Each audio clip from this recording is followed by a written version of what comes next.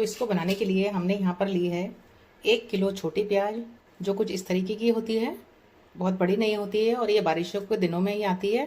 तो पहले इसको हम छील लेंगे।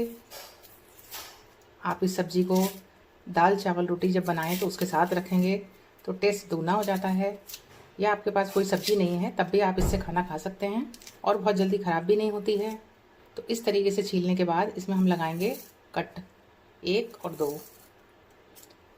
और देखने में प्याज आपको गंदी लग रही होगी, तो इसके लिए पहले हम इसको छीलेंगे, कट लगाएंगे और किसी मुलायम कपड़े से इसको हम पोंछ लेंगे। पानी से बिल्कुल भी नहीं धोएंगे क्योंकि इसमें पानी भर जाएगा और प्याज में ऑलरेडी पहले से ही पानी होता है।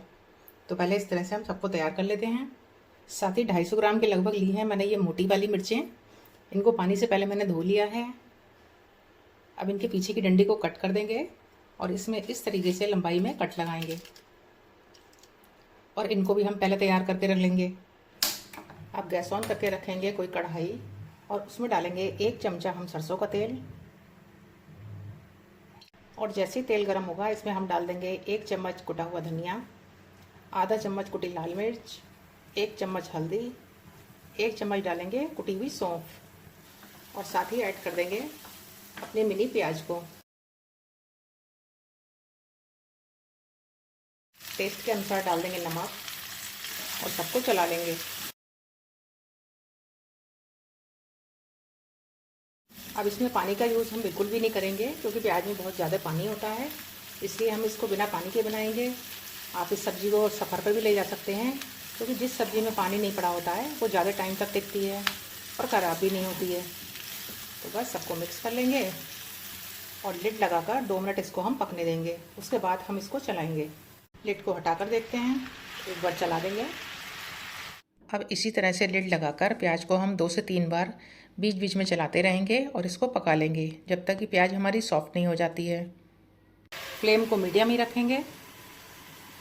लिड को हटा लेते हैं।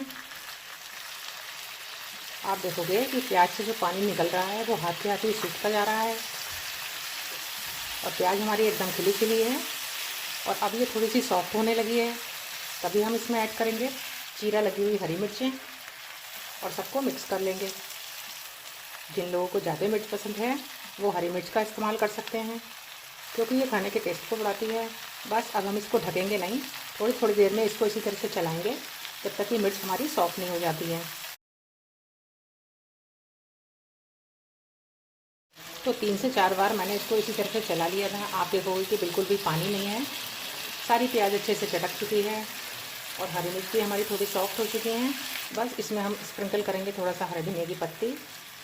रोटी या पराठे से इसको हम इंजॉय करेंगे। तो आपको मेरी वीडियो कैसी लगी इसके लिए कमेंट करना ना भूलें। तो मिलते हैं अपनी नेक्स्ट वीडियो में, तब तक के लिए टेक केयर, बाय बाय।